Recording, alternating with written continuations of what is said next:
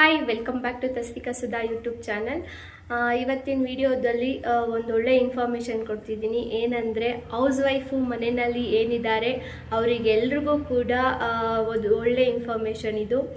House wife ಆಗಿರೋರು ಮನೆ ಆಗ್ಬೋದು, ಮಕ್ಕಳಾಗ್ಬೋದು, ಹಸ್ಬೆಂಡ್ ಆಗಿರ್ಬೋದು, ಅಥವಾ ಅತ್ತೆ ಮಾವ ಯಾರಿದ್ದಾರೆ ಅವ್ರನ್ನ ನೋಡ್ಕೊಳ್ಳೋದ್ರಲ್ಲಾಗಿರ್ಬೋದು, ಎಲ್ಲರನ್ನೂ ಚೆನ್ನಾಗಿ ನೋಡ್ಕೊತಿರ್ತೀರ. ಬಟ್ ನಿಮಗೆ ಅಂತ ಟೈಮ್ ಕೊಡೋದು ಸ್ವಲ್ಪ ಎಲ್ಲೋ ಕಡಿಮೆ ಮಾಡ್ತೀರ. ನಿಮ್ಮ ಹೆಲ್ತ್ ಆಗಿರ್ಬೋದು, ಸೆಲ್ಫ್ ಕೇರ್ ಆಗಿರ್ಬೋದು, ಯಾವುದೇ ಇರಲಿ ನಿಮಗೋಸ್ಕರ ನೀವು ಟೈಮ್ ಕೊಡೋದನ್ನ ಕಡಿಮೆ ಮಾಡಿರ್ತೀರ. ಒಂದಿಷ್ಟು ಹ್ಯಾಬಿಟ್ಸ್ಗಳನ್ನ ನೀವು ಅಳವಡಿಸ್ಕೊಳ್ಳೋದ್ರಿಂದ ನಿಮ್ಮ ಲೈಫ್ ಕೂಡ ಚೆನ್ನಾಗಿರುತ್ತೆ.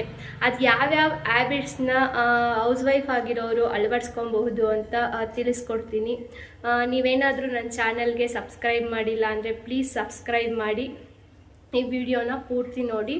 ಯಾವ್ಯಾವ ಹ್ಯಾಬಿಟ್ಸ್ಗಳನ್ನ ನೀವು ಅಳವಡಿಸ್ಕೊಳ್ಳೋದ್ರಿಂದ ನಿಮ್ಮ ಲೈಫು ಚೆನ್ನಾಗಾಗುತ್ತೆ, ಮತ್ತು ಇದನ್ನ ಡೈಲಿ ಮಾಡಬೇಕು. ಹ್ಯಾಬಿಟ್ಸ್ನ ಒಂದಿನ ಮಾಡೋದು, ಒಂದಿನ ಸ್ಕಿಪ್ ಮಾಡೋದೆಲ್ಲ ಮಾಡಬೇಡಿ. ನಿಮ್ಮ ಹೆಲ್ತ್ ಬಗ್ಗೆ, ನಿಮ್ಮ ಲೈಫ್ ಬಗ್ಗೆ, ಹೆಲ್ದಿ ಲೈಫ್ ಲೀಡಿಂಗ್ ಬಗ್ಗೆ ನಿಮಗೆ ಕನ್ಸರ್ನ್ ಇದ್ದರೆ ಖಂಡಿತ ನೀವು ಇಷ್ಟು ಹ್ಯಾಬಿಟ್ಸ್ನ ಅಳವಡಿಸ್ಕೊತೀರ. ನಾನು ಕೂಡ ಆ ಹ್ಯಾಬಿಟ್ಸ್ಗಳನ್ನ ಅಳವಡಿಸ್ಕೊಂಡಿದ್ದೀನಿ. ನಾನು ದೈನಂದಿನ ಚಟುವಟಿಕೆಗಳಲ್ಲಿ ನನ್ನ ಕೇರ್ನು ಕೂಡ ನಾನು ಎಲ್ಲೂ ಮಿಸ್ ಮಾಡೋದಿಲ್ಲ. ಸೊ ಹಾಗಾಗಿ ಒಂದಿಷ್ಟು ಹೌಸ್ ವೈಫ್ಗೆ ಹೆಲ್ಪ್ ಆಗುತ್ತೆ ಅನ್ನೋ ಕಾರಣದಿಂದ ಈ ವಿಡಿಯೋನ ಮಾಡ್ತಾ ಇದ್ದೀನಿ.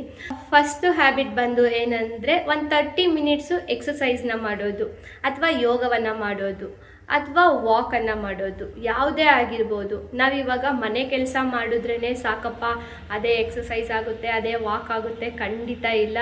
ಎಕ್ಸಸೈಸು, ಯೋಗ, ವಾಕ್ ಇವೇ ಬೇರೆ, ಮನೆ ಕೆಲಸ ಮಾಡೋದೇ ಬೇರೆ.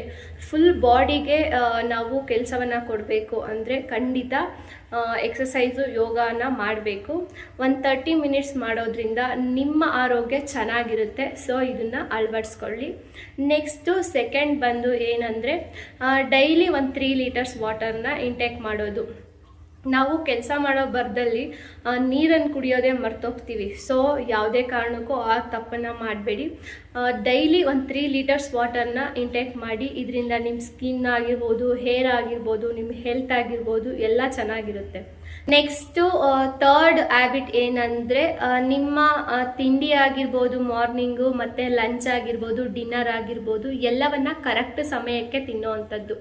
ಕೆಲಸ ಮಾಡಿಬಿಟ್ಟು ತಿನ್ನೋಣ ತಿಂಡಿನ, ಅಥವಾ ಕೆಲಸ ಮಾಡಿಬಿಟ್ಟು ಊಟ ಮಾಡೋಣ. ಒಂದು ದಿವಸ ಒಂದು ಟೈಮಿಗೆ ತಿನ್ನೋದು, ಇನ್ನೊಂದು ದಿವಸ ಇನ್ನೊಂದು ಟೈಮಿಗೆ ತಿನ್ನೋದು, ಇದರಿಂದ ಗ್ಯಾಸ್ಟ್ರಿಕ್ ಪ್ರಾಬ್ಲಮ್ ಕೂಡ ಆಗುತ್ತೆ. ಮತ್ತು ಆ ಟೈಮಿಗೆ ಸರಿಯಾಗಿ ತಿನ್ನದೇ ಇರೋ ಕಾರಣ ನಿಮಗೂ ಹೆಲ್ತ್ ಏರುಪೇರಾಗುತ್ತೆ. ಸೊ ಯಾವುದೇ ಕಾರಣಕ್ಕೂ ಈ ತಪ್ಪನ್ನು ಮಾಡಬೇಡಿ. ಯಾವಾಗಲೂ ಅಷ್ಟೇ ಕೆಲಸ ಮಾಡಬೇಕು ಹಂಗಂದ್ಬಿಟ್ಟು ಊಟ ಸ್ಕಿಪ್ ಮಾಡೋದು, ತಿಂಡಿ ಸ್ಕಿಪ್ ಮಾಡೋದು ಮಾಡಬೇಡಿ. ಅದ್ರ ಜೊತೆಗೆ ಹೆಲ್ದಿ ಫುಡ್ಡನ್ನು ಮೇಂಟೈನ್ ಮಾಡಿ, ಹೆಲ್ದಿ ಡಯಟನ್ನು ಮೇಂಟೈನ್ ಮಾಡಿ. ಡಯಟ್ ಅಂದರೆ ಏನಿಲ್ಲ, ಜಸ್ಟ್ ಊಟ ಅಂದರೆ ಬರೀ ಅನ್ನ ಸಾಂಬಾರನ್ನೇ ತಿನ್ನಬೇಡಿ. ಅದ್ರ ಜೊತೆಗೆ ವೆಜಿಟೇಬಲ್ಸ್ನ ಆ್ಯಡ್ ಮಾಡಿ, ಕಾಳುಗಳು, ಎಗ್ ಆಗಿರ್ಬೋದು, ಪನ್ನೀರ್ ಆಗಿರ್ಬೋದು, ನಿಮ್ಮ ಮನೇಲಿ ಯಾವುದು ಇದೆ ಅದನ್ನು ನೀವು ಯೂಸ್ ಮಾಡಿ. ಬರೀ ಅನ್ನ ಸಾಂಬಾರು ಮಾತ್ರ ತಿನ್ನಬೇಡಿ. ವೆಜಿಟೇಬಲ್ಸ್ನ ಆ್ಯಡ್ ಮಾಡೋದ್ರಿಂದ, ಹಸಿ ತರಕಾರಿಗಳನ್ನ ಆ್ಯಡ್ ಮಾಡೋದ್ರಿಂದ ನಿಮ್ಮದು ಹೆಲ್ದಿ ಡಯಟ್ ಫುಡ್ ಆಗುತ್ತೆ. ಸೊ ಇದರಿಂದ ನಿಮ್ಮ ಹೆಲ್ತ್ ಕೂಡ ಚೆನ್ನಾಗಿರುತ್ತೆ. ಮತ್ತು ಮಧ್ಯಾಹ್ನ ಲಂಚ್ ಆದಮೇಲೆ ಊಟದ ಜೊತೆಗೆ ಮೊಸರು, ಮಜ್ಜಿಗೆನೋ ಒಂದು ಗ್ಲಾಸು ಮಜ್ಜಿಗೆ ಮಾಡ್ಕೊಂಡು ಕುಡಿಯೋದ್ರಿಂದ ಕೂಡ ನಿಮ್ಮ ಹೆಲ್ತ್ ಚೆನ್ನಾಗಿರುತ್ತೆ. ನೆಕ್ಸ್ಟು ಫೋರ್ತ್ ಹ್ಯಾಬಿಟ್ ಬಂದು ಏನಂದರೆ, ಡೈಲಿ ಸ್ನಾನವನ್ನು ಮಾಡಿ ಚೆನ್ನಾಗಿ ಡ್ರೆಸ್ ಮಾಡ್ಕೊಳ್ಳಿ. ಮತ್ತು ನಿಮ್ಮ ಫೇಸ್ಗೆ ಸನ್ಸ್ಕ್ರೀನು, ಲೋಷನ್ ಹಾಕೋದನ್ನ ಮರಿಬೇಡಿ. ಮನೇಲಿರ್ತೀನಿ ಎಲ್ಲವನ್ನ ಏನು ಮಾಡೋದು ಅಂದ್ಕೊಬೇಡಿ. ಮನೇಲಿದ್ದರೂ ಕೂಡ ಸ್ವಚ್ಛತೆ ಕಾಪಾಡೋದು, ಮತ್ತು ನಿಮ್ಮ ಸ್ಕಿನ್ನನ್ನು ಚೆನ್ನಾಗಿ ನೋಡ್ಕೊಳ್ಳೋದು. ನೀವು ಚೆನ್ನಾಗಿ ರೆಡಿ ಆಗೋದ್ರಿಂದ ನಿಮಗೆ ಒಂದು ಮೋಟಿವೇಶನ್ ಸಿಗುತ್ತೆ. ನನ್ನ ಲೈಫು ಚೆನ್ನಾಗಿದೆ ಅನಿಸುತ್ತೆ. ಮನೇಲಿ ಅದೇ ನೈಟಿಲಿ ಡೈಲಿ ಇರೋದು ಬೇಡ. ರಾತ್ರಿ ನೈಟಿನ ಚೇಂಜ್ ಮಾಡ್ಕೊಂಡು ನಿಮ್ಗೆ ಕಂಫರ್ಟಬಲ್ ಯಾವುದಿದೆ ಆ ಡ್ರೆಸ್ನ ಹಾಕ್ಕೊಳ್ಳಿ. ಚೆನ್ನಾಗಿ ಕಾಣಿ, ಚೆನ್ನಾಗಿ ರೆಡಿಯಾಗಿ. ಮನೇಲಿದ್ದ ತಕ್ಷಣ ನಾವು ರೆಡಿ ಆಗೋದು ಬೇಡ ಅನ್ನೋದನ್ನ ಮಾಡಬೇಡಿ.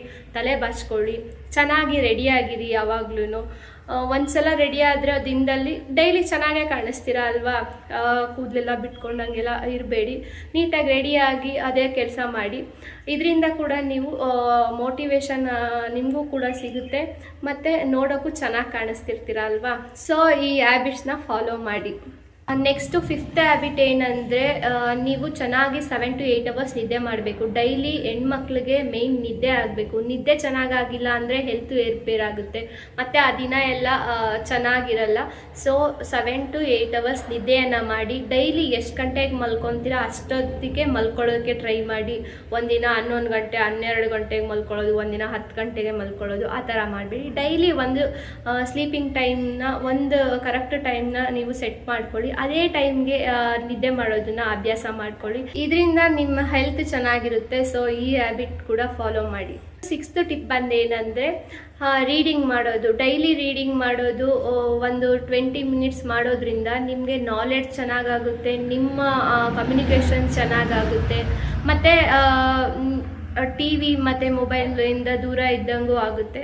ಸೊ ಡೈಲಿ 20 minutes ಆದಷ್ಟು ರೀಡ್ ಮಾಡೋದನ್ನ ಮಾಡಿ. ಬುಕ್ಗಳನ್ನ, ಒಳ್ಳೊಳ್ಳೆ ಬುಕ್ಗಳನ್ನ ಕಲೆಕ್ಟ್ ಮಾಡಿಟ್ಕೊಳ್ಳಿ. 20 minutes ಓದಿ. ಯಾವಾಗ ಅಂದರೆ ಮಲ್ಕೊಳ್ಳೋದು ಮುಂಚೆ ಒಂದು 20 minutes ಓದೋದ್ರಿಂದ ನಿಮ್ಮ ಮೈಂಡ್ ಕೂಡ ಕಾಮ್ ಆಗಿರುತ್ತೆ, ಮತ್ತು ನಿಮ್ಮ ಮನಸ್ಸು ಕೂಡ ಚೆನ್ನಾಗಿರುತ್ತೆ. ಯಾವುದೇ ಕಾರಣಕ್ಕೂ ಓದೋದನ್ನ ಮಿಸ್ ಮಾಡಬೇಡಿ. ಡೈಲಿ ಈ ಹ್ಯಾಬಿಟ್ನ ಫಾಲೋ ಮಾಡಿ. ಸಮ್ಟೈಮ್ಸ್ ಆಗುತ್ತೆ, ಇಲ್ಲ ಅಂತಲ್ಲ, ಒಂದು ದಿನ ಓದೋಕ್ಕಾಗಲ್ಲ, ಬಟ್ ನೆಕ್ಸ್ಟ್ ಡೇನು ಮತ್ತೆ ಸ್ಕಿಪ್ ಮಾಡಬಾರ್ದು. ಓದೋದನ್ನ ಅಭ್ಯಾಸ ಮಾಡಿಕೊಳ್ಳಿ. 7th ಹ್ಯಾಬಿಟ್ ಬಂದು ತುಂಬಾ ಇಂಪಾರ್ಟೆಂಟು. ಇದನ್ನಂತೂ ನಾನು ಯಾವತ್ತೂ ಮಿಸ್ ಮಾಡೋದಿಲ್ಲ. ಡೈಲಿ ನಾಳೆ ಏನಾಗಬೇಕು ಅಂತ ಅವತ್ತು ನೈಟ್, ಹಿಂದಿನ ದಿನ ಏನಿರುತ್ತೆ ಅವತ್ತು ನಾನು ಪ್ಲ್ಯಾನಿಂಗ್ ಮಾಡ್ಕೊತೀನಿ. ನಾನು ಜರ್ನಲೈಸಿಂಗ್ ಮಾಡೋದನ್ನ ಮಾಡ್ತೀನಿ ಡೈಲಿ. ಇದರಿಂದ ನೆಕ್ಸ್ಟ್ ಡೇ ನಮಗೆ ಯಾವ ತಿಂಡಿ ಮಾಡಬೇಕು, ಯಾವ ಊಟ ಮಾಡಬೇಕು, ಅಥವಾ ಯಾವ ಕೆಲಸ ಇದೆ ಅನ್ನೋದು ತುಂಬಾ ಹೆಲ್ಪ್ ಆಗುತ್ತೆ. ಸುಮ್ಮನೆ ಸ್ಟ್ರೆಸ್ ಮಾಡ್ಕೊಳ್ಳೋದು ಬೆಳಗ್ಗೆ ಎದ್ದ ತಕ್ಷಣ ಖಂಡಿತ ಆಗೋದಿಲ್ಲ. ಒಂದು ಪ್ಲ್ಯಾನಿಂಗ್ ಅಂತ ಇದ್ದರೆ ಎವ್ರಿ ಡೇ ಅದೇ ಥರ ಚೆನ್ನಾಗಿ ಹೋಗುತ್ತೆ. ಸೊ ಯಾವುದೇ ಕಾರಣಕ್ಕೂ ಮಿಸ್ ಮಾಡಬೇಡಿ. ಡೈಲಿ ಪ್ಲ್ಯಾನಿಂಗನ್ನು ಮಾಡ್ಕೊಳ್ಳಿ. ಅದನ್ನು ನೋಟ್ನಲ್ಲಿ ಬರ್ಕೊಳ್ಳೋದ್ರಿಂದ ಖಂಡಿತ ಲೈಫು ಈಸಿ ಆಗುತ್ತೆ. ಈ ಹ್ಯಾಬಿಟ್ ಕೂಡ ಫಾಲೋ ಮಾಡಿ. 8th ಹ್ಯಾಬಿಟ್ ಕೂಡ ಇಂಪಾರ್ಟೆಂಟು. ಏನಂದರೆ, ಡೈಲಿ ಒಂದು 10 to 15 minutes ಏನಿದೆ ಆ ಟೈಮನ್ನು, ಮಾರ್ನಿಂಗ್ ಆಗ್ಬೋದು, ಈವ್ನಿಂಗ್ ಆಗ್ಬೋದು, ಒಂದು ಸನ್ಲೈಟ್ನ ತಗೊಳ್ಳಿ. ನಿಮ್ಮ ಸ್ಕಿನ್ನಿಗೆ, ನಿಮ್ಮ ಬಾಡಿಗೆ ಸನ್ಲೈಟ್ ಅನ್ನೋದು ತುಂಬಾ ಇಂಪಾರ್ಟೆಂಟು. ವಿಟಮಿನ್ ಡಿ ಸಿಗುತ್ತೆ ಅಲ್ವಾ. ಒಂದು 15 minutes ಟೆರೆಸ್ ಮೇಲೆ ಆಗ್ಬೋದು ವಾಕ್ನ ಮಾಡಿ. ಎಲ್ಲರೂ ಪಾರ್ಕ್ಗೆ ಹೋಗಿ ನಾವು ಸನ್ಲೈಟ್ ತೊಗೊತೀವಿ, ಅಥವಾ ಹೊರಗಡೆ ಹೋಗಿ ನಾವು ವಾಕ್ ಮಾಡ್ತೀವಿ ಅಂತ ಆಗಲ್ಲ. ಈವ್ನಿಂಗ್ ಒಂದು ಸಣ್ಣದಾಗಿ ವಾಕ್ ಮಾಡಿಕೊಂಡು ಸನ್ಲೈಟ್ನ ತಗೊಳ್ಳೋದ್ರಿಂದ ನಿಮಗೂ ಕೂಡ ಮೈಂಡು ಕಾಮ್ ಆಗಿರುತ್ತೆ. ನೆಕ್ಸ್ಟು 9th ಹ್ಯಾಬಿಟ್ ಬಂದು ಏನಂದರೆ, ಒಂದು 30 minutes ನಿಮಗೋಸ್ಕರ ನೀವು ಟೈಮ್ನ ಕೊಡಿ. ಯಾವುದಕ್ಕೆ ಅಂದರೆ, ನಿಮ್ಮ ಏಮ್ ಏನಿದೆ, ಗುರಿಗಳು, ಅದ್ರ ಬಗ್ಗೆ ನೀವು ಟೈಮ್ ಕೊಡಬೇಕು. ಇವಾಗ ನಿಮಗೊಂದು ಡ್ರೈವಿಂಗ್ ಕಲಿಬೇಕು ಅನ್ನೋದೇ ಆಗಿರ್ಬೋದು, ಅಥವಾ ಲ್ಯಾಂಗ್ವೇಜ್ ಕಲಿಯೋದೇ ಆಗಿರ್ಬೋದು, ಅಥವಾ ಹೊಸ ವಿಷಯಗಳು, ಹೊಸ ಸ್ಕಿಲ್ನ ಕಲಿಯೋದಕ್ಕೆ ನಿಮಗೋಸ್ಕರ ನೀವೊಂದು 30 minutes ಡೈಲಿ ಟೈಮ್ ಕೊಡಿ. ಎಲ್ಲ ಕೆಲಸನೂ ಮ್ಯಾನೇಜ್ ಮಾಡ್ಕೊಂಡು ಹೋಗೋರಿಗೆ ಈ 30 minutes ಕೊಡೋದೇನು ಕಷ್ಟ ಆಗಲ್ಲ. ನಾವು ಕಲಿಬೇಕು, ನಾವು ಏನಾದರೂ ಒಂದು ತಿಳ್ಕೊಬೇಕು ಅಂದರೆ ಖಂಡಿತ ಕೊಟ್ಟೇ ಕೊಡ್ತೀವಿ. ಒಂದು 30 minutes ಅದನ್ನು ನಿಮ್ಮ ಸ್ಕಿಲ್ ಕಡೆ ಗಮನ ಇಟ್ಟು ಆ ಅರ್ಧ ಗಂಟೆ ಕೊಡೋದ್ರಿಂದ ದಿನದಲ್ಲಿ ನೀವು ಇಂಪ್ರೂವ್ ಆಗ್ತೀರ. ಡೇ ಬೈ ಡೇ ನಿಮಗೂ ಒಂದು ಧೈರ್ಯ ಬರುತ್ತೆ, ಇಂಡಿಪೆಂಡೆಂಟ್ ಆಗಿರ್ತೀರ. ಸೊ ಯಾವುದೇ ಕಾರಣಕ್ಕೂ ಮರಿಬೇಡಿ, ನಿಮ್ಮ ಸ್ಕಿಲ್ಗೋಸ್ಕರ ನೀವು ಅರ್ಧ ಗಂಟೆ ಪ್ರತಿನಿತ್ಯ ಟೈಮ್ ಕೊಡಲೇಬೇಕು, ಮಾಡಲೇಬೇಕು ಆ ಕೆಲಸನ. ಇನ್ನು ಲಾಸ್ಟ್ ನೆಕ್ಸ್ಟ್ ಹ್ಯಾಬಿಟ್ ಅಂದರೆ, ಇದು 10th ಹ್ಯಾಬಿಟ್ ತುಂಬಾ ಇಂಪಾರ್ಟೆಂಟ್. ಏನಂದರೆ, ನೆಗೆಟಿವ್ ಪೀಪಲ್ಗೆ ನೀವು ಕಿವಿ ಕೊಡಬಾರ್ದು. ನೆಗೆಟಿವ್ ಪೀಪಲ್ಲು, ನೆಗೆಟಿವ್ ಕಮೆಂಟ್ ಮಾಡೋರು, ನೆಗೆಟಿವ್ ಆಗಿ ಮಾತಾಡೋದು, ಆ ಮಾತುಗಳನ್ನ ನಿಮ್ಮ ತಲೆಗೆ ಹಾಕೊಬಾರ್ದು, ಮನಸ್ಸನ್ನ ಕೆಡಿಸ್ಕೊಬಾರ್ದು. ನಿಮ್ಮ ಲೈಫು ನೀವು ಮುಂದೆ ಬರೋದನ್ನ ನೋಡಬೇಕು. ಅದಕ್ಕೆ ಏನು ಕೆಲಸ ಆಗಬೇಕು ಅದ್ರ ಕಡೆ ಯೋಚನೆ ಮಾಡಬೇಕು. ನೆಗೆಟಿವ್ ಪೀಪಲಿನ ಇಗ್ನೋರ್ ಮಾಡಿ, ಅವ್ರ ಮಾತುಗಳಿಗೆ ಕಿವಿ ಕೊಡಬೇಡಿ.